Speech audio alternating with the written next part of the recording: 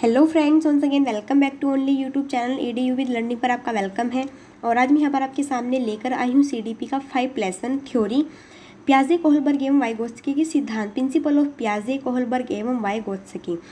मैं यहाँ पर आपको पियाजे के आज सारे सिद्धांत जितने भी इसके अंदर टॉपिक्स आते हैं, जितने भी ऊपर इन्होंने बात की है, वो सबको आपको यहाँ पे थ्योरी के अकॉर्डिंग क्लियर कर दूँगी। फिर नेक्स्ट वीडियो में आपके कोहलबर्ग हो जाएगा और फिर वाइगोत्स्की हो जाएगा। और फिर जितने भी इसके इंपॉर्टेंट MCQ क्वेश्चंस बनते हैं जो अब से पहले एग्जाम्स में पूछे जा चुके हैं, वो मैं क्वेश्चंस फिर आपके सामने यहाँ पर सारे ये लेकर आऊँगी। सो फिर चलिए स्टार्ट करते हैं आपका बिना टाइम वेस्ट किए।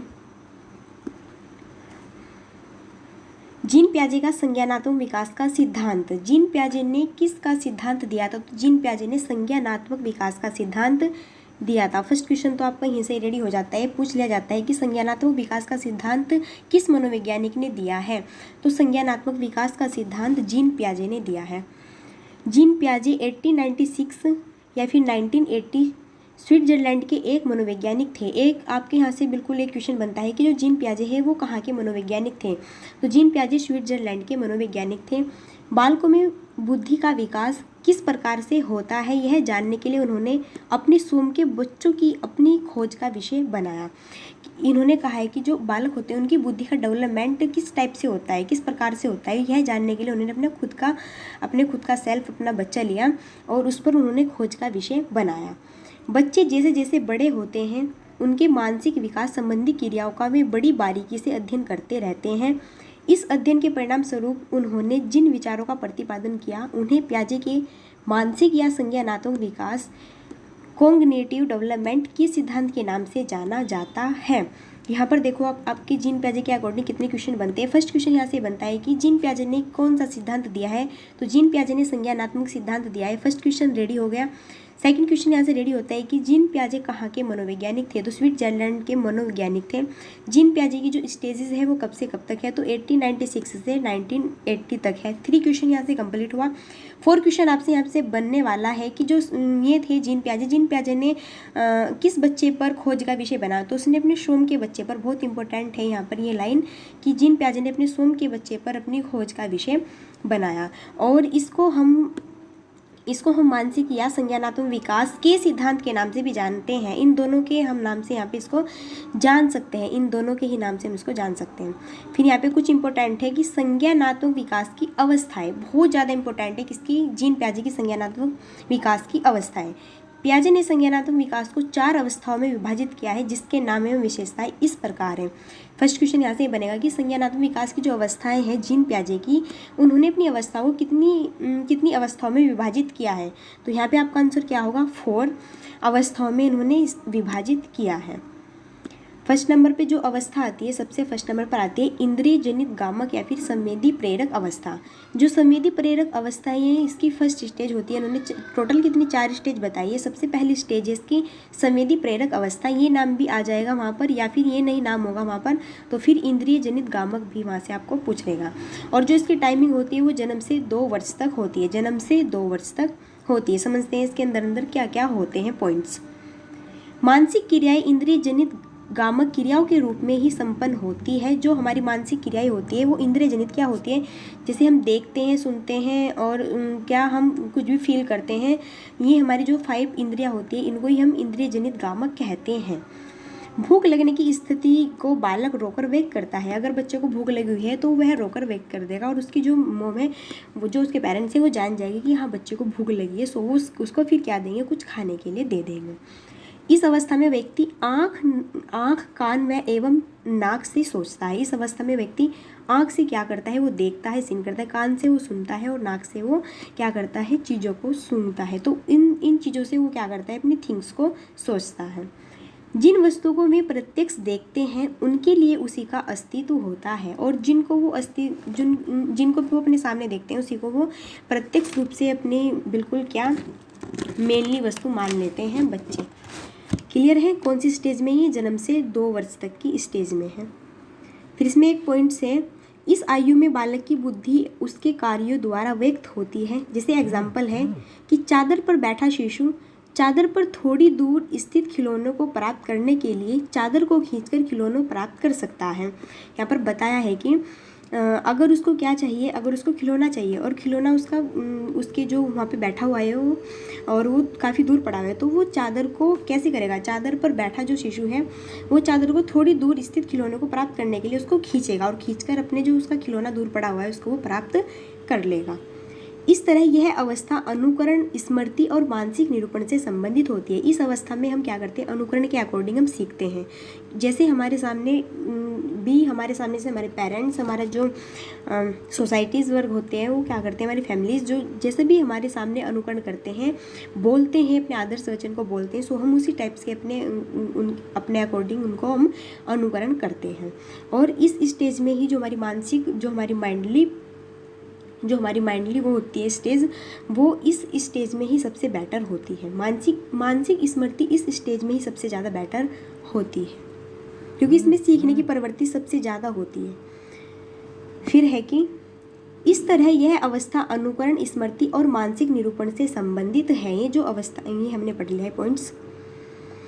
तो इसकी जो फर्स्ट स्टेज है, ये फर्स्ट वाली स्टेज है इंद्रिय जनित गामक संवेदी या फिर प्रेरक अवस्था। ये इसकी फर्स्ट स्टेज हुई। यहाँ पे इस बिल्कुल मोस्ट इंपॉर्टेंट है, यहाँ से क्वेश्चन बिल्कुल बनेगा, तो आप इसको नोटबुक कर लेना अपनी नोटबुक में।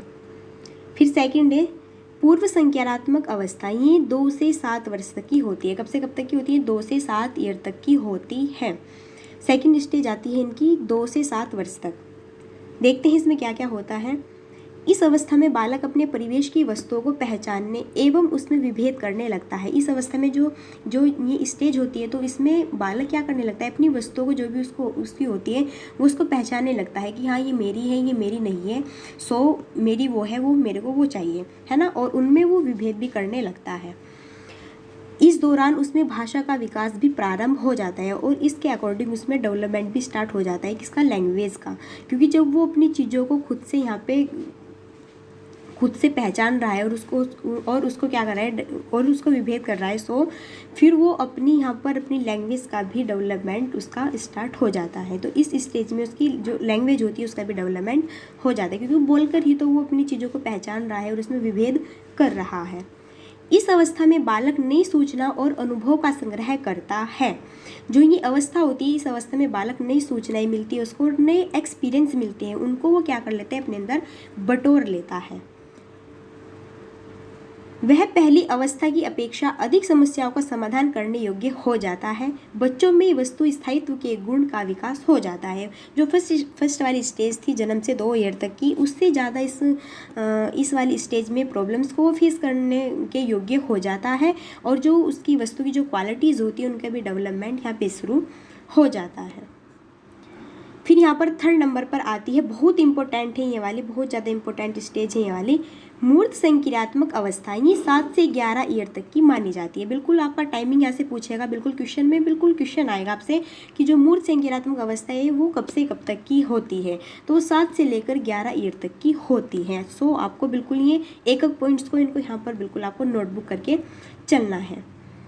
इस अवस्था में बालक में वस्तुओं को पहचानने, उनका विभेदीकरण, डिफ्रेंसिएशन करने तथा वर्गीकरण, उनका क्लासिफिकेशन करने की अक्षमता विकसित हो जाती है। ये स्टेज तो क्या हो जाती है, बहुत ज़्यादा बेटर हो जाती है। इस स्टेज में वो अपनी हर वस्तुओं को बहुत अच्छी तरीके से डिफाइन कर सकता है। उनका चिंतन अब अधिक क्रमबद्ध एवं तर्कसंगत होना प्रारंभ हो जाता है और ये वाली स्टेज होती है, इस वाली स्टेज में ये अपने माइंड से क्या कर सकते हैं, चिंतन करते हैं, तर्क करते हैं। जैसे किसी भी टॉपिक्स पे हमने बात की और उस टॉपिक्स के बारे में सोचना, उस पर चिंतन करना, उसके और भी जो आसपास के राउंडर के जो क्वेश्चंस होते हैं उनको खोजना, उन पर चिंतन करना, तर्क करना। सो ये इस स्टेज में हम करने लगते हैं। इस अवस्था में बालक विश्वास करने लगता है कि लंबाई, भार, अंक आदि प्रवृत्तियों पर चिंतन करता है। और जो ये स्टेज होती है वो इस स्टेज में समझने लगता है कि लंबाई क्या होती है, भार क्या होता है, अंक क्या होता है, इन सभी पर वो चिंतन करने लगता है। बिल्कुल आपसे यहाँ से क्वेश्चन बनेगा, बिल्कुल यहाँ से क्वेश्चन बनेगा। भाषा का पूर्ण विकास, बालक किसी पूर्व और उसके अंश के संबंध में तर्क कर सकता है। जो भाषा होती है लैंग्वेज, उसका पूर्ण विकास, पूर्ण डेवलपमेंट, और बालक किसी पूर्व और उसके अंश के रिलेशंस में उस पर क्या कर सकता है, तर्क कर सकता है। कौन सी वाली स्टेज में, 7 से लेकर 11 वाले स्टेज में, थर्ड वाले। बालक अपने पर्यावरण के साथ अनुकूलन करने के लिए अनेक नियमों को सीख लेता है। और जब ये वाली स्टेज होती है तो इस स्टेज में बालक अपने इन्वायरमेंट के साथ क्या हो जाता है, अडेप्टेशन हो जाता है, उनके साथ अनुकूलन हो जाता है, समायोजन हो जाता है। जिस टाइप्स का भी उसको इन्वायरमेंट मिलता है सो वो उसी इन्वायरमेंट्स में क्या हो जाता है, घुल मिल जाता है और वो फिर अनेक नियमों को भी सीख लेता है। यहाँ पर जो भी रूल्स होते हैं हमारी सोसाइटीज़ रूल्स है या फिर स्कूल्स रूल्स है या फिर फैमिली मेम्बर्स रूल्स है, जो भी वो उनको यहाँ पर क्या कर लेता है, फॉलो करने स्टार्ट कर देता है। कौन से वाली स्टेज में, थर्ड वाली स्टेज में। फिर नेक्स्ट स्टेज आती है, यहाँ पर बहुत इंपॉर्टेंट स्टेज है, औपचारिक अमूर्त संकेतात्मक अवस्था। ये 11 वर्ष से 15 ईयर तक की होती है। यह अवस्था 11 वर्ष से प्रौढ़ावस्था तक की अवस्था है। इस अवस्था की प्रमुख विशेषता अमूर्त चिंतन है। ये जो अवस्था होती है 11 ईयर से प्रौढ़ावस्था तक की अवस्था मानी जाती है। बिल्कुल आपसे क्वेश्चन बनेगा कि अमूर्त संज्ञानात्मक अवस्था की जो टाइमिंग होती है वो कब से कब तक होती है, तो वो 11 ईयर से लेकर 15 ईयर तक की मानी जाती है। और इसमें तो ये भली प्रकार से अमूर्त चीज़ों का चिंतन कर सकता है। जैसे हमने पूछ लिया इससे कुछ भी, जैसा हम इससे कुछ भी पूछ सकते हैं कि ये 5 यहाँ पे कैसे आया, ये फिर 10 कैसे आया, फिर ये कैसे आया, या फिर आप कोई संख्या है 20 है, आप 20 कैसे कैसे बना सकते हो, या फिर 20 तो 20 कैसे कैसे बनाएगा, या फिर 10 + 10 = 20 बन जाएंगे। यहाँ पे 10 प्लस अगर यहाँ पे आप क्या करें, यहाँ पे आप कर दे 10 + 8 + 2 तो भी हमारी क्या बन रहे हैं, 20 बन रहे हैं। तो यहाँ पर अलग अलग तर्क निकल रहे हैं। जब हमारे अलग अलग तर्क निकलते हैं, अलग अलग माइंड्स में सृजनात्मकता चलती है, तो उस वाले स्टेज को हम अमूर्त चिंतन कहते हैं, क्योंकि हम इसमें अपने थॉट्स को लगाते हैं और सोचते हैं खुद से, और इसमें अलग अलग प्रकार के हमारे आंसर निकलते हैं। इसमें हमारे जो माइंड्स होता है वो चारों राउंड ऐसे फैल जाता है, स्केच कर जाता है चारों राउंड। इस अवस्था में भाषा संबंधी योग्यता का संप्रेषणशीलता, कम्युनिकेशन का विकास अपनी ऊंचाई को छूने लगता है। और जो ये स्टेज होती है, इस स्टेज में हम कम्युनिकेशन बहुत अच्छी तरीके से, बहुत बेटर तरीके से हम कर सकते हैं और इसका डेवलपमेंट हमारी लाइफ में हो जाता है इस वाली स्टेज में। इस अवस्था में व्यक्ति अनेक संकीर्णात्मक को संगठित कर उच्च स्तर के संकीर्णात्मक का निर्माण कर सकता है और विभिन्न प्रकार की समस्याओं के समाधान के लिए अमूर्त नियमों का निर्माण कर सकता है। जो ये वाली स्टेज होती है, इसमें संकीर्णात्मक को संगठित या फिर उच्च स्तर के संकीर्णात्मक जो भी निर्माण होते हैं या फिर जो विभिन्न प्रकार की प्रॉब्लम्स आती है वो उसको फेस करता है और उस पर अपने अमूर्त नियम को लगाता है और फिर उस प्रॉब्लम से ये निकल कर आ जाता है। सो ये पियाजे की यहाँ पर थी 4 स्टेज, बहुत ज़्यादा इंपॉर्टेंट थी 4 स्टेज। बिल्कुल यहाँ से क्वेश्चन बिल्कुल बनेगा, इंपॉर्टेंट है, 100% यहाँ से बिल्कुल क्वेश्चन बनता है। फिर इसके कुछ में यहाँ पर कुछ इसके इम्पोर्टेंट्स यहाँ पे लेकर, जैसे कि पियाजे द्वारा वर्णित विकासात्मक अवस्था एवं तत् संबंधित उपलब्धियाँ, वो मैंने वहाँ पे 4 स्टेज बताई। अब यहाँ पे इस 4 स्टेज का यहाँ पे मैं आपके सामने बिल्कुल इसका स्क्रैच लेकर आई हूँ। सो आप यहाँ से भी इसको कर सकते हैं। जैसे फर्स्ट है कि अवस्था तथा सन्निकट आयु या फिर विचार इसके, फिर इसके तत्संबंधित उपलब्धियाँ क्या क्या है। तो जो फर्स्ट स्टेज है इसकी है संवेदी गत्यात्मक या फिर अवस्था। ये हमने आपको बताई थी कि जन्म से 2 ईयर तक है और इसमें क्या है, इसको हम संवेदी गत्यात्मक विचार भी कहते हैं। इसमें क्या करता है, इसमें पूर्व शाब्दिक गतियों की पुनरावृत्ति, वो क्या करता है, पुनरावृत्ति यानी कि दोहराता है, अपनी लैंग्वेज को दोहराता है, बोलता है। प्रयत्न भूल व्यवहार का आरंभ होता है, इसमें भूल या फिर प्रयत्न करता है फिर भूल जाता है, व्यवहार का इसमें आरंभ होता है। वस्तु स्थापित जीवात पौरोपण होता है। फिर नेक्स्ट जो स्टेज थी ये थी पूर्व संकीर्णात्मक अवस्थाएं, 2 से 7 ईयर तक की थी। इसको हम परिक्रमणात्मक विचार भी कहते हैं या फिर अंत प्रज्ञात्मक विचार भी कह सकते हैं। इसमें क्या कर देते हैं, इसमें हम अपने अहम केंद्रीयता नकल करने की प्रवृत्ति, प्रत्याक्षात्मक तार्किक कल्पनात्मक खेल जैसे सेंट्रेशन, अस्थिर अनौपचारिक तार्किकता, ये सभी हमारी स्टेजेस ये इसमें फॉलोज करने लगते हैं हम। मैंने आपको बताया है सब कुछ वही है ये। फिर जैसे मूर्त संकीर्णात्मक अवस्था है, इसमें आप क्या करने लगते हैं, इसमें आप यहाँ पे कैलकुलेशन का सिस्टम्स भी आ जाता है। इसमें आप भार, लंबाई, दूरी, जो क्षेत्रफल होता है इसको भी आप पहचानने लगते हैं अच्छी तरीके से।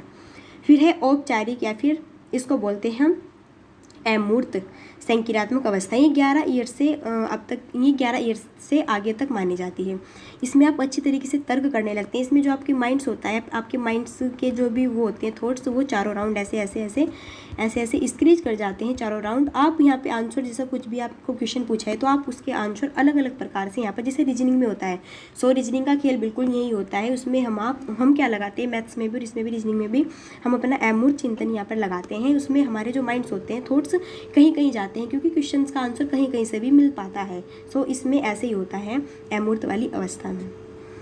आज मैं सिर्फ यहाँ पे आपके सामने लेकर आई थी पियाजे का ओनली सिद्धांत, और कल मैं यहाँ पे आपके सामने लेकर आऊँगी कोहलबर्ग का सिद्धांत, और जितने भी फिर इसके MCQs इंपॉर्टेंट क्वेश्चन बनेंगे वो मैं आपको यहाँ पर सॉल्व करा दूँगी। बहुत ज़्यादा इंपॉर्टेंट थी ये पियाजे की थ्योरी यहाँ पर। अगर आपको कोई भी प्रॉब्लम्स है सो आप मेरे को बता सकते हैं कमेंट बॉक्स में, मैं उसको नेक्स्ट वीडियो में आपको उसका सोल्यूशंस विद बता दूँगी। अगर आप मेरे चैनल पर फर्स्ट बार आए सो प्लीज़ आप चैनल को सब्सक्राइब करना मत भूलिएगा, क्योंकि इससे भी बेटर आगे आपको questions and theory and solve paper all सब चीज़ मिलने वाली है, सभी चीज़ मिलने वाली है। फिर मिलते हैं नेक्स्ट वीडियो में, तब तक के लिए thanks for watching, keep study and bye bye.